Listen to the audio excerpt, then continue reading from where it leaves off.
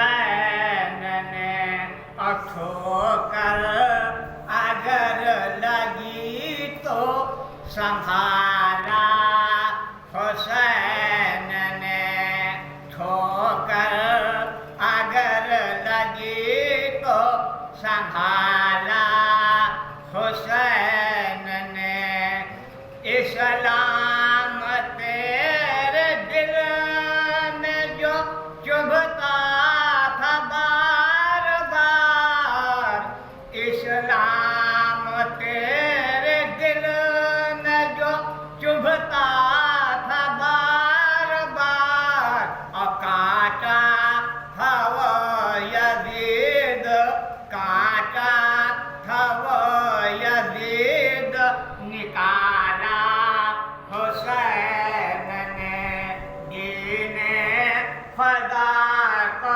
گود میں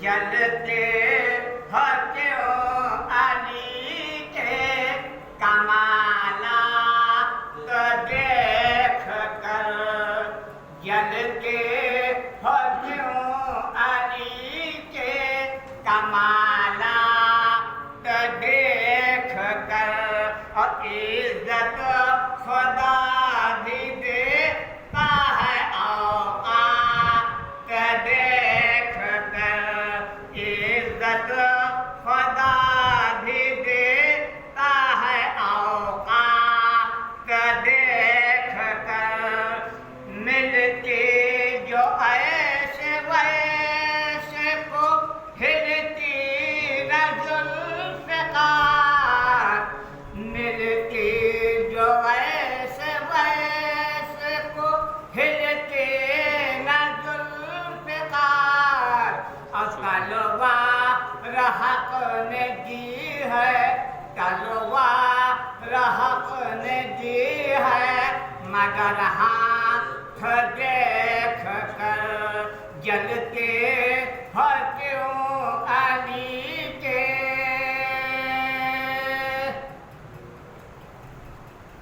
اللہم صلی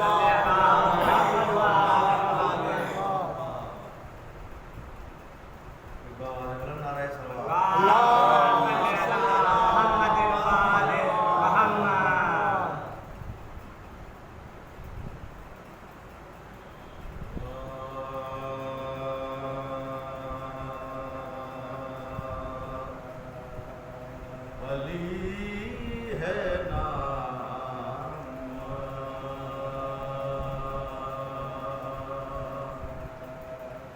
لقب ہے ابو تراب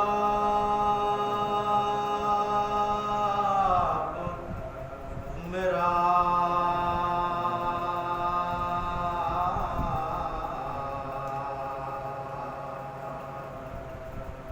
علی ہے نام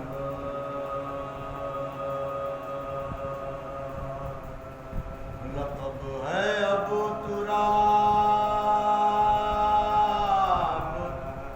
میرا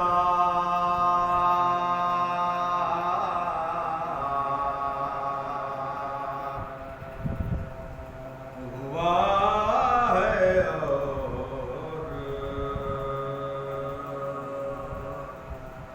نہ ہوگا کوئی جواب میرا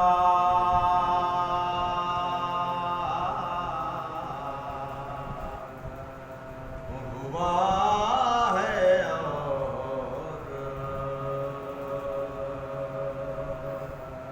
نہ ہوگا کوئی جواب میرا میں مشورے سے خلیفہ نہیں بنایا گیا میں مشورے سے خلیفہ نہیں بنایا گیا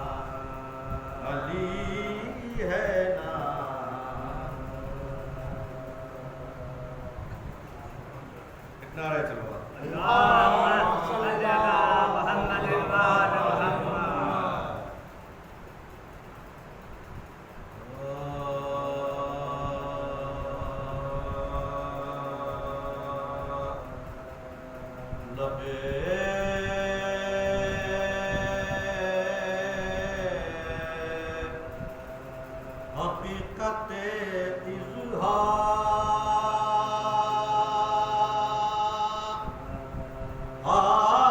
اظہار کاٹنے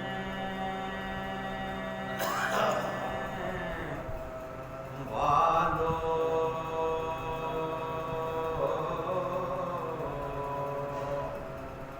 لبے حقیقت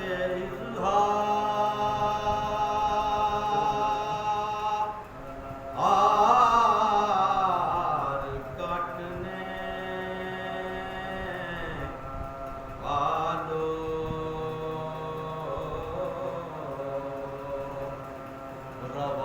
روایت رسنوں کا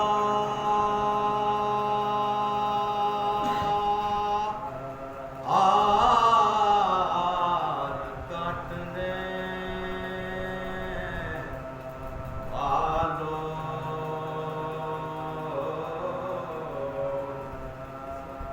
حقیقتیں نہیں کٹتی چھری کی دھاروں سے زبان میں سمے تمام کاٹنے والوں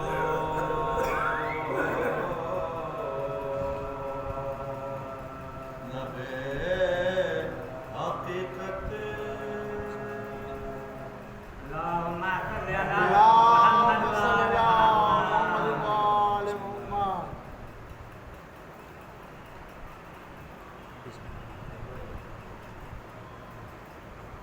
صل وعلى على محمد. محمد وآل محمد. اللهم صل على محمد وعلى محمد.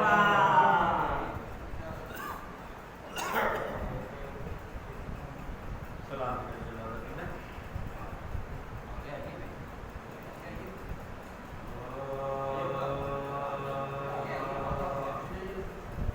عملی والے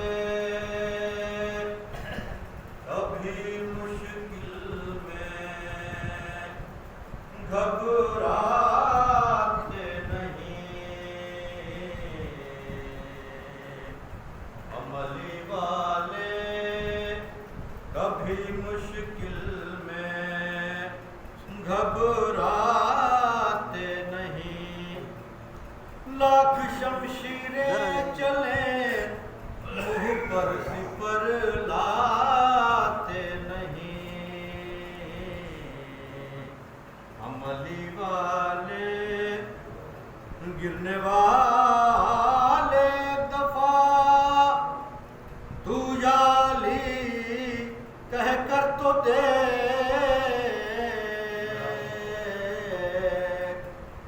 گرنے والے ایک دفعہ تو یالی کہہ کر تو دیکھ ماننے والے علی کے ٹھوکریں کھاتے نہیں اللهم اللهم صل على محمد اللهم صل على محمد وعلى محمد. عملی والے کبھی مشکل میں گھبراتے نہیں کہ ہو حسین ابن علی یا اکبر ہو عباس ہو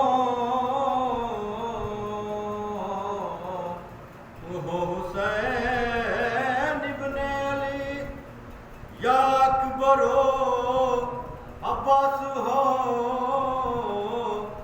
گلشن زہرا کے ہیں یہ پھول مرجھاتے نہیں یہ عملی والے کبھی مشکل میں گھبراتے نہیں آ گئے جب ایسی چوکھٹ پر جہاں ہے زندگی آ گئے جب ایسی چوکھٹ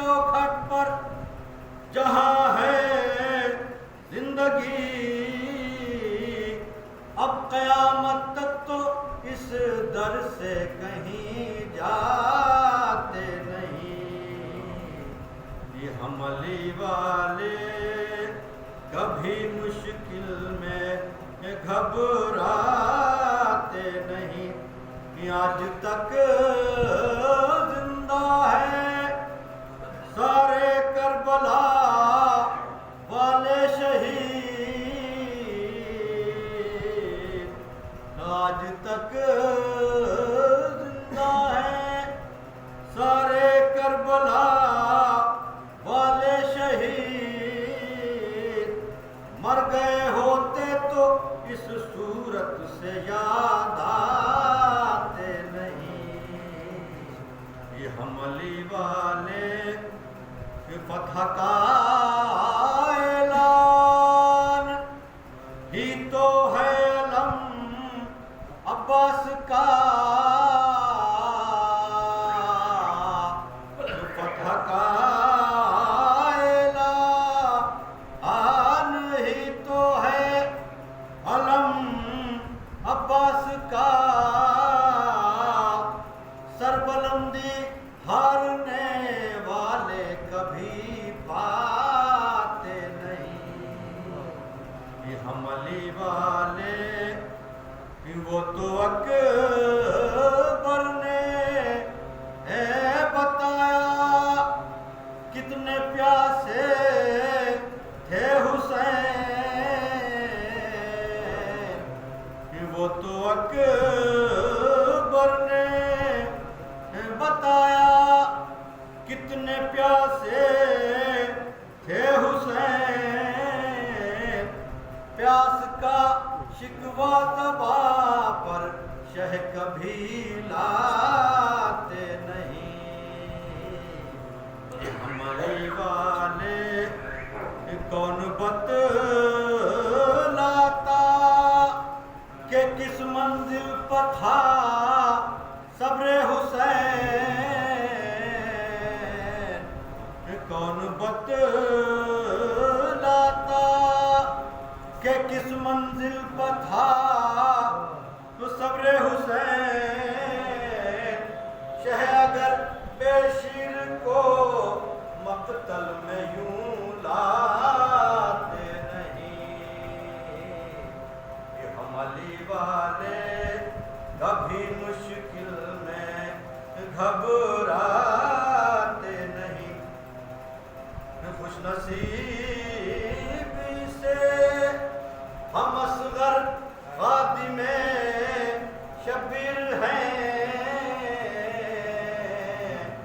خوش نصیبی سے ہم اصغر خادم شبیر ہیں، یہ شرف آبائی ہے کچھ یوں ہی اتراتے نہیں، یہ شرف آبائی ہے کچھ یوں ہی اتراتے نہیں، حملی والے الرحمن الرحیم کتاب انزلناه الیک لتخرج الناس من الظلمات الى النور، صلوات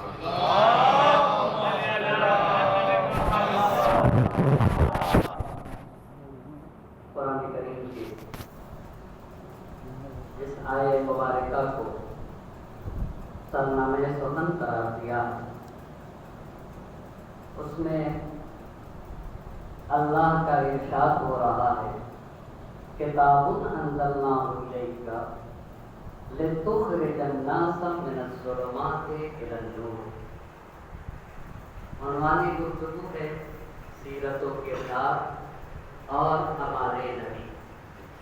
اے میرے حبیب، ہم نے آپ پر کتاب اس لیے اتاری ہے لِتُخْرِجَ النَّاسَ مِنَ الظُّلُمَاتِ إِلَى النُّورِ، تاکہ آپ لوگوں کو الناس کی بات کر رہا ہے قرآن، ہر فرد بشر کو ظلمتوں سے نجات دے۔ قرآن کریم میں جہاں جہاں ظلمت کا تذکرہ ہے جمع کا صیغہ ہے ظلمات، لیکن جہاں نور کی بات آئی ہے مفرد ہے، انوار نہیں کہتا، کہا من الظلمات الی النور، یعنی گمراہیوں کے راستے تو زیادہ ہیں لیکن راہ حق صرف اور صرف ایک ہے۔ آیا ہے قرآن اس لیے تاکہ جتنی بھی ظلمتیں ہیں، تو ظلمتیں کیا ہیں؟ جہالت ظلمت کا نام ہے، بد اخلاقی ظلمت کا نام ہے، غربت و فقر یہ بھی ظلمت ہے، دوسرے کا بوجھ بن کے سماج اور معاشرے میں زندگی گزارنا یہ بھی تاریکی ہے، کسی کے سامنے ہاتھ پھیلا دینا یہ بھی ظلمت ہے، ہر وہ کام جس سے عزت نفس پہ آنچ آئے یہ بھی ظلمت ہے، اس لیے کہ اللہ نے انسان کو عزیز بنایا۔ لا یحل للمؤمن ان یذل نفسہ،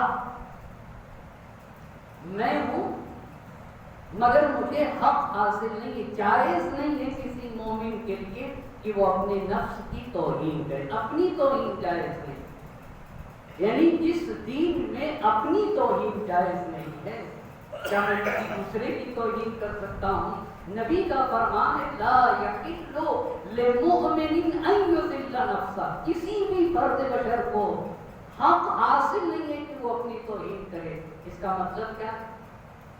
اس کا مطلب کیا ہے کہ اسلام کا پہلا قانون، بنیادی قانون یہ ہے کہ آپ کے لیے جائز نہیں ہے کہ آپ کسی کے سامنے ہاتھ پھیلا دیں۔ کیوں؟ اس لیے کہ اس میں نفس کی توہین ہے، اس میں نفس کی توہین ہے۔ آج عزت نفس پہ ہی گفتگو کرنا چاہوں گا۔ نبی گرامی اور عزت نفس، لا یحل للمؤمن ان یذل نفسہ، تو اسلام کا بنیادی قانون یہ ہے کہ ہاتھ پھیلانا جائز نہیں ہے، تو پھر کیا کیا جائے گا؟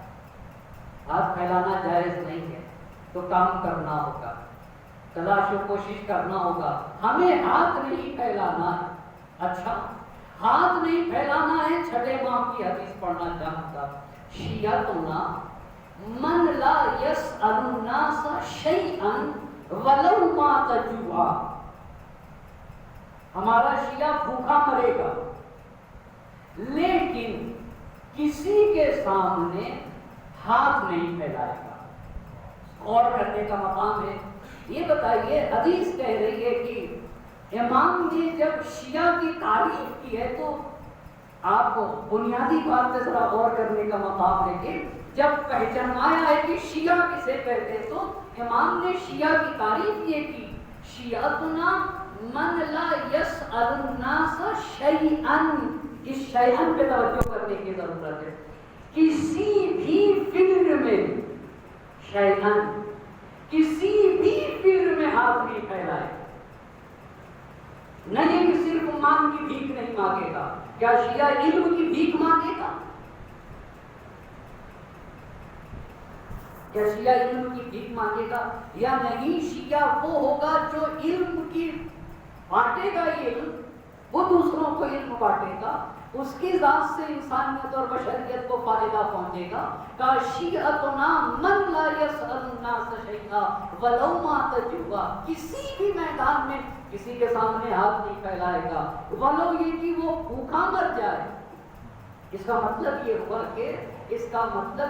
کہ ہر وہ کام جس میں سماج اور معاشرے کو جن جن چیزوں کی ضرورت ہے اس فیلڈ میں اپنا آدمی ہونا چاہیے۔ اگر ڈاکٹر کی ضرورت ہے تو اپنے اتنے ڈاکٹر ہونے چاہیے، انجینئر کی ضرورت ہے انجینئر ہونے چاہیے، عالم کی ضرورت ہے اتنے عالم ہونے چاہیے، ٹیچر کی ضرورت ہے ہونے چاہیے، مگر کیسا ٹیچر چاہیے اسلام کو، کیسا عالم چاہیے اسلام کو، کیسا IAS چاہیے اسلام کو، کیسا ڈاکٹر چاہیے اسلام کو، کیسا چاہیے؟ میں نبی گرامی کی حدیث پڑھوں، قطع ظہری اسنان، اللہ کے نبی نے یہ فرمایا دو لوگوں نے میری کمر توڑ دی ہے، عالم متحقق، کہا دو لوگوں نے میری کمر توڑی، پہلا عالم المتحقق کون، پڑھا لکھا انسان تو ہے، ہاں اس سے باتیں پوچھ لیجیے تو بتا دے گا، پڑھا لکھا ہے مگر دین نہیں رکھتا، دین نہیں رکھتا۔ یہ اسکول اور کالج میں جو جا کے صرف کرسی پہ بیٹھ کے چلے آتے ہیں، کرسی پہ جو بیٹھ کے چلے آتے ہیں، آپ ذرا انصاف سے بتائیے، آپ انصاف سے بتائیے، صرف میرا ہی بچہ پڑھے؟ جب میں اپنے بچے کے تعلیم کی بات کرتا ہوں تو اچھے سے اچھے اسکول میں جہاں میرے بچے کی عمر ضائع نہ ہو، تو کیا سماج اور معاشرے کے بچے وہ کس کے ہیں؟ وہ قوم کی امانت ہے ہمارے پاس۔ اسی لیے میرے امام نے کہا کہ کسی کے لمبے رکوع سے دھوکہ نہ کھانا، اور نہ یہ پیشانیوں میں جو سجدے کے نشان ہے نا، اس سجدے کے نشان سے دھوکہ نہ کھانا۔ آپ یہ بتائیے خوارج کیا تھے؟ نماز شب پڑھتے تھے، یہ جو دین میں خوارج تھے نماز شب پڑھتے تھے، ان کی پیشانیوں میں سجدے کے گھٹے پڑے ہوئے تھے۔ اور جنگ صفین میں جب حکمیت کا مسئلہ آیا تو مولا سے کہتے ہیں علیہ باللہ آپ کافی ہو گئے۔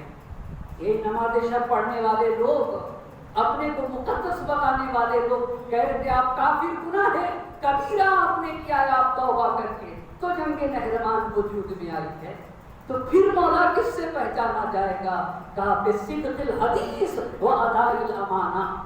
اگر کسی کو پہچاننا ہے تو یہ دیکھنا ہوگا سماج و معاشرے اور سوسائٹی میں سچ بولتا ہے یا نہیں بولتا۔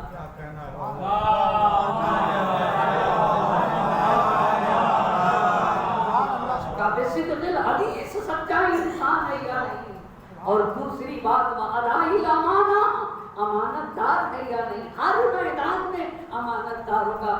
میں ایک بات آپ سے بتانا چاہوں گا عزیزان محترم، آپ ذرا یہ تو بتائیے کم از کم کربلا کے میدان میں 30,000 کی فوج تھی نا، اور سارے شہدائے کربلا اپنا گلا کٹائے ہوئے کربلا کی زمین پہ سو رہے تھے، مگر ایک سورما 30,000 کو حسین للکار رہا تھا اور یہ کہہ رہا تھا تم میں سے کوئی یہ بتائے کیا میں نے کسی کا خون بہایا ہے؟ کیا میں نے حلال محمدی کو حرام کیا ہے؟ کیا میں نے حرام محمدی کو حلال کیا ہے؟ کیا میں نے کسی کو خراش؟ ایک صلوات پڑھ کر محمد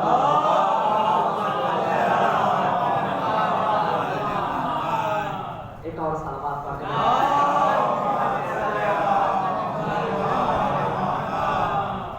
کہا دھوکہ نہ کھا جانا، ان کے لمبے رکوع سے اور پیشانیوں کے سجدوں کے نشان سے کبھی بھی دھوکہ نہ کھانا۔ تو آقا کیا کیا جائے گا؟ بصدق الحدیث و اداء الامانہ۔ سماج اور معاشرے میں یہ انسان سچا ہے یا نہیں، اور امانت دار ہے یا نہیں، امانت دار ہے یا نہیں۔ اب توجہ کریے گا، تو کیا بات تھی؟ امام حسین کہہ رہے تھے کہ کیا میں نے حلال محمدی کو حرام کیا؟ کیا حرام محمدی کو حلال کیا؟ کیا میں نے خراش لگائی ہے کسی کو خراش لگائی ہے کہ کوئی بدلہ لینا چاہ رہا تھا؟ یہ بتائیے، آقا پوچھ رہے تھے 30,000 کے مجمع سے کسی ایک نے بھی کچھ جواب دیا؟ آپ بتائیں، پورا مجمع خاموش تھا۔ یہ دوست تھے یا دشمن تھے؟ ہمارے ساتھ کی جو فوج تھی 30,000 کی، یہ دوستوں کی تھی یا دشمنوں کی تھی؟ یہ خون کے پیاسے تھے نا، تو کیوں نہیں تم نے حسین کو خطا کار ثابت کر دیا؟ آخر تمہارے زبانوں میں تالے کیوں لگے ہوئے تھے؟ کیا بات تھی جو حسین کو سیسا پلائی ہوئی دیوار کی طرح کھڑے کیے ہوئے تھی؟ آخر کیا بات تھی کہ دشمن کے منہ میں تالے لگے ہوئے تھے؟ کیا بات تھی زبانوں میں قفل لگے ہوئے تھے؟ کیا چیز تھی جو حسین کو سیسا پلائے ہوئی دیوار کی طرح کھڑے کیے ہوئے تھی؟ کچھ بھی نہ تھا۔ یہ شجاعت آئی کہاں سے سید الشہداء کے یہاں؟ یہ عظمت پیدا کہاں سے ہوئی؟ خدا کی قسم یہ حسین کی صداقت اور سچائی کی دلیل تھی۔ اور بس اس کا مطلب یہ ہوتا ہے کہ اگر انسان صاحب ایمان ہو اور سچا ہو تو خدا کی قسم ہاں اکیلا ضرور ہوگا، تنہا ضرور ہوگا، مگر 30,000 کی خوخار فوج کو بھی پیچھے ہٹنے پہ مجبور کر دے۔ اتنی سچائی کی طاقت ہے کہ آپ سچائیوں کے ذریعے سے پہچاننا ہوگا. سچا انسان ہمیشہ جھوٹا انسان پوری زندگی ڈر میں گزار دے گا. شجاعت آ ہی نہیں سکتی ہے. صداقت شجاع بناتی ہے انسان. صداقت انسان کو شجاع بناتی ہے. چھٹے امام نے کہا شیعتنا من لا یسأل الناس شیئا ولو مات جوعا. بھوکا مر جائے گا, بھوکا مر جائے گا, مگر شیئا کسی بھی فیلڈ میں ہاتھ نہ پھیلائے گا. آج یہ سماج اور معاشرے میں جو مشکلات ہیں نا کہ مکھنا پہن کے لڑکی نہیں آ سکتی, ہم جیسے چاہیں کہ آئیں گے, ہم بھیک مانگ رہے ہیں یا نہیں, عزت نفس کے خلاف بات ہے یا نہیں, عزت نفس کے خلاف بات نہیں. قرآن کہتا ہے کنتم خیر امہ اخرجت للناس. قرآن کہہ رہا ہے تم بہترین امت ہو, تم کو پیدا اس لیے کیا گیا ہے. اخرجت للناس.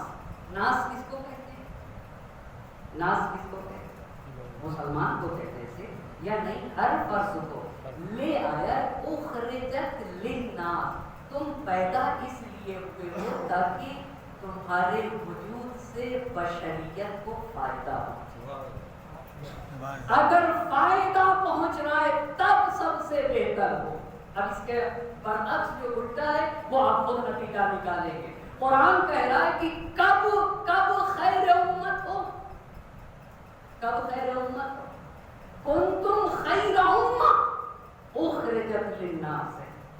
اگر تمہارے ذات سے وجود سے بشریت کو فائدہ پہنچے تب تم جو ہے خیر امت ہو, تب تم خیر امت ہو. ہر فیلڈ میں زندہ قوم کسے کہتے ہیں اور زندگی کی پہچان کیا؟ جو قوم بھیک مانگتی ہے اسے زندہ کہا جاتا ہے یا نہیں جو قوم اپنے پیروں پہ کھڑی ہے اسے زندہ کہا جاتا ہے. زندہ قوم اس قوم کو کہا جاتا ہے جو قوم ہر میدان میں اپنے قدموں پہ کھڑی ہو. میں نہیں کہتا آپ یونیورسٹی بنائیے, مگر میں یہ ضرور کہہ سکتا ہوں کہ آپ ایک اچھا سا اسکول تو قائم کر سکتے ہیں نا, مگر افسوس سے کہنا پڑتا ہے ہم تو ایک مکتب بھی نہیں چلا پاتے. مجھے برا نہ مانیے گا, میں اپنی قوم کا ایک فرد ہوں, یہ کہہ سکتا ہوں, یہ کہہ سکتا ہوں. کب تک ہم جھوٹی تعریفیں کریں گے, کب تک جھوٹی تعریفیں کریں گے. ہم تو ایک مکتب بھی نہیں چلا سکتے. ہم نے دیکھا جو گاؤں کے بستیوں کے مکتب جن میں 6 گھنٹے پڑھائی ہوتی تھی اب 2 گھنٹے کے بھی نہ رہے. 2 گھنٹے کے لیے قومی سرمایہ ہے, یہ قومی سرمایہ ہے. شیعتنا من لا یسأل الناس شیئا ولو مات جوعا کتاب انزلناہ الیک لتخرج الناس من الظلمات الی النور. اے میرے حبیب, ہم نے آپ پر قرآن کی سلطیں اتاری ہے تاکہ آپ بشریت کو, تاکہ آپ انسانیت کو, ہر فرد بشر کو تمام ظلمتوں سے نجات دیں. آئے تھے نجات دینے کے لیے. بس ہر وہ کام جو عزت نفس کے منافی ہو, لا یحل للمؤمنین ان یضل نفسا. اب عزیزان محترم جب یہاں تک اپنی بات کہہ لے گیا, آپ ذرا دیکھیں تو قرآن کریم کے لیے, قرآن کریم کے لیے, قرآن کریم کے لیے کیا میرے دل میں اتنی جگہ ہے؟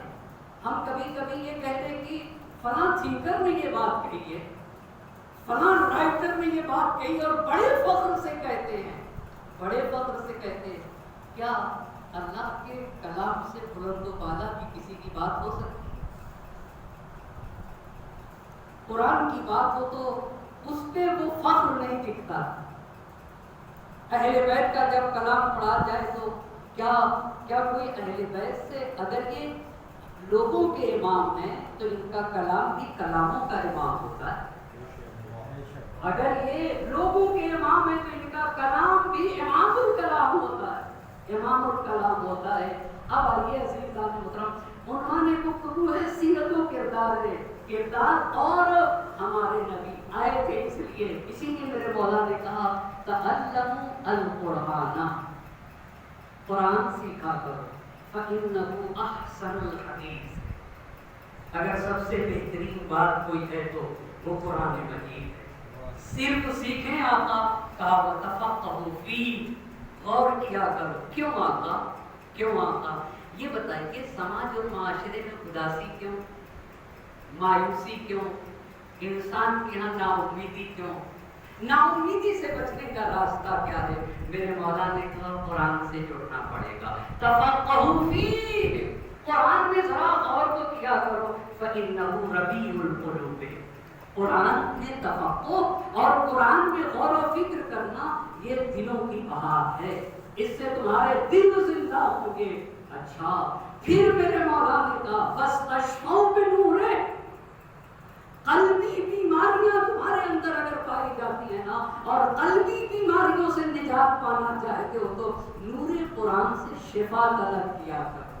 فَإِنَّهُ شِفَاءُ الصُّدُورِ، قرآن قلبی بیماریوں سے تمہیں نجات عطا فرمائے گا۔ قرآن سے کینہ کی بیماری دور ہوگی، قرآن کریم سے حسد کی بیماری دور ہوگی، قرآن کریم تمام قلبی امراض کا علاج تمہارے لیے کرے گا۔ اور کیوں نہ کرے، دوسری جگہ قرآن خود کہتا ہے کہ ہم تمہیں کیا دیتے ہیں، قد جاءتکم موعظۃ من ربکم، قرآن موعظہ ہے۔ باعث کون ہے کہ آپ بتائیے اگر قرآن موعظہ ہے تو باعث کون ہے؟ بھئی فرض کریے، معاف کریے گا، ٹیچر اور باعث میں ایک فرق ہے، ٹیچر اور باعث میں ایک فرق ہے۔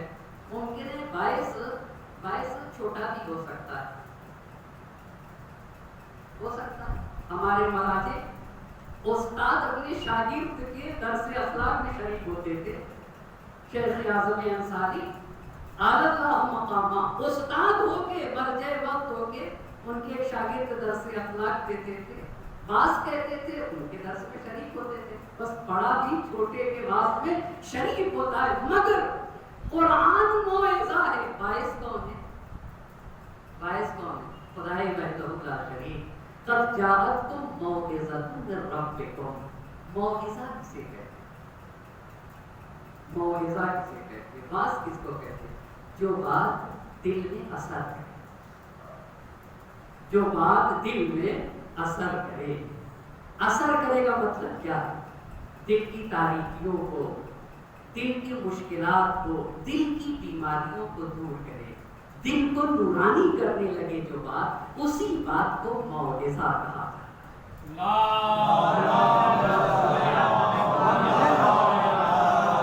اسی بات کو موعظہ کہا جاتا ہے۔ قد جاءتکم موعظۃ من ربکم، تو قرآن موعظہ ہے۔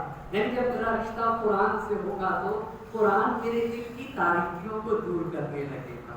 اچھا اسی لیے فوراً دوسرے جملے میں کہا گیا وَشِفَاءٌ لِمَا فِي الصُّدُورِ، بہت گہرا رابطہ ہے۔ موعظہ اثر ڈالتا ہے نا، قرآن موعظہ ہے تو اثر کیا ڈالے گا؟ کہا شِفَاءٌ لِمَا فِي الصُّدُورِ، تمہاری قلبی بیماریوں کو تمہارے سے دور کر دے گا، قلبی بیماریوں کا علاج کرے گا۔ اچھا قلبی بیماریوں کا علاج، اگر قلبی بیماریوں کا علاج ہوا پھر کیا ملے گا؟ وَخُدًا، جب قلبی بیماریاں دور ہو جائیں گی تو اب تمہیں منزل دکھنے لگے گی، منزل دکھانے لگے گا قرآن، منزل وہ ہے تمہاری۔ اچھا اب پھر جب بندہ منزل کی طرف گامزن ہو جائے گا تو رحمت للمؤمنین، اب انسان کے یہاں اتنی کیپیسٹی آ جائے گی کہ اب انسان کے یہاں اتنی صلاحیت پیدا ہو جائے گی کہ وہ انسان اللہ کی مادی نعمتوں کو بھی حاصل کر سکتا ہے اور معنوی نعمتوں کو بھی حاصل کر سکے گا۔ ایک صلوات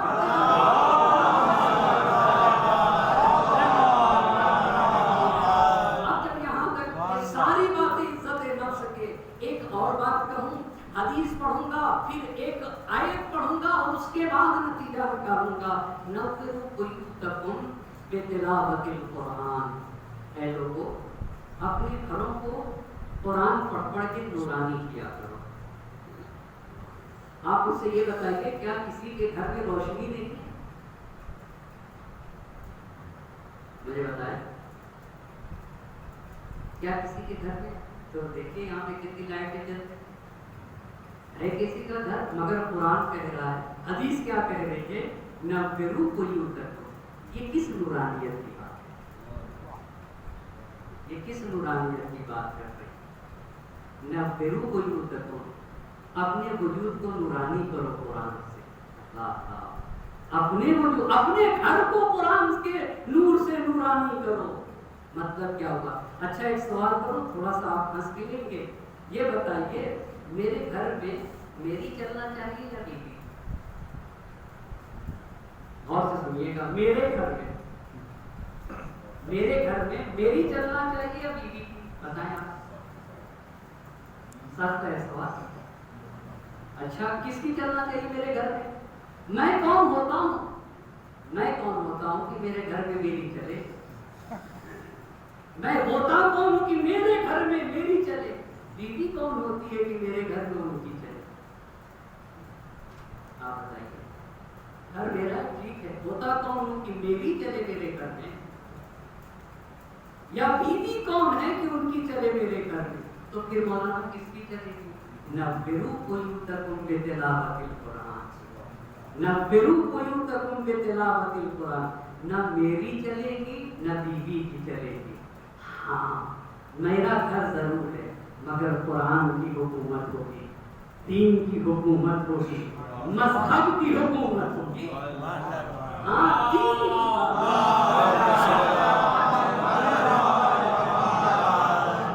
اس نورانیت کی بات کر رہا. اگر کوئی گھر ایسا بنا تو حدیث کہتی ہے اضاء لأہل السماء کما تضیء النجوم لأہل الارض. اگر کسی گھر میں قرآن اور مذہب کی حکومت ہو گئی تو وہ گھر ستارہ بن جاتا ہے. توجہ کریے گا, وہ گھر ستارہ بنتا ہے. آسمان والوں کے لیے ایسے نور افشانی کرتا ہے جیسے ستارے زمین والوں کے لیے نور افشانی کرتے ہیں. ابھی بات واضح نہیں ہوئی. یہ بتائیے ستارہ کسی ایک قوم کے لیے چمکتا ہے, صرف آپ کو روشنی دیتا ہے, میرے گھر کو روشنی نہیں دیتا؟ یہ بتائیں. یا نہیں کیا وہ دیکھتا ہے یہ مسلمان ہے یہ غیر مسلم ہے؟ جی دیکھتا ہے کیا؟ کہا جس گھر میں دین کی حکومت ہوگی وہ گھر ستارہ بن جاتا. اللہ نبرو قیوتکم بتلاوت القرآن, اپنے گھروں کو نورانی کرو. اس کا مطلب یہ ہوا جس گھر میں دین اور مذہب و شریعت کی حکومت ہوگی وہ گھر کسی ایک قوم کے لیے نہیں, کسی ایک نسل کے لیے نہیں, کسی ایک ذات کے لیے نہیں, بشریت کے لیے مشعل راہ اور مشعل ہدایت بن جائے گا. سب کے لیے انسانیت کی درسگاہ بنے گا وہ گھر. اسی لیے فوراً حدیث نے کہا لا تتخذوها قبورا, دیکھو اپنے گھر کو خاندانی قبرستان نہ بنانا. عجیب بات ہے. حدیث کہہ رہی اپنے گھر کو خاندانی قبرستان نہ بناؤ. اس کا کیا مطلب ہے کہ اپنے گھر کو خاندانی. آیت اللہ جوادی عاملی حفظہ اللہ نے لکھا کہ جس گھر سے نور نہ نکلے, بہت توجہ کا مقام. یہ زندگی کی پہچان ہے. اپنے لیے جینا کوئی کمال نہیں ہے, جانور بھی جیتا ہے. یہ حیوانی زندگی ہے. کہا جس گھر سے نور نہ نکلے, جس گھر سے شعاع نہ نکلے. اور واضح کرو, جس گھر سے انسانیت کو, بشریت کو, اسلام کو, مسلمانوں کو, دوسروں کو فائدہ نہ سمجھے, فائدہ نہ پہنچے, ایسے گھر کو گھر نہ کہنا. ایسا گھر نہیں ہے, خاندانی قبرستان. کہا جس گھر سے دوسرے کو فائدہ نہ پہنچے, اسلام و مسلمانوں, انسانیت اور بشریت کو فائدہ نہ پہنچے, ایسے گھر کو گھر نہ کہو, خاندانی قبرستان کہو. تو ایسے گھر میں زندہ رہتے ہیں یا مرے لوگ رہتے ہیں؟ کہا ایسے گھر میں رہنے والوں کو زندہ نہ کہنا, ایسے گھر میں زندہ نہیں رہتے, مردہ رہا کرتے ہیں.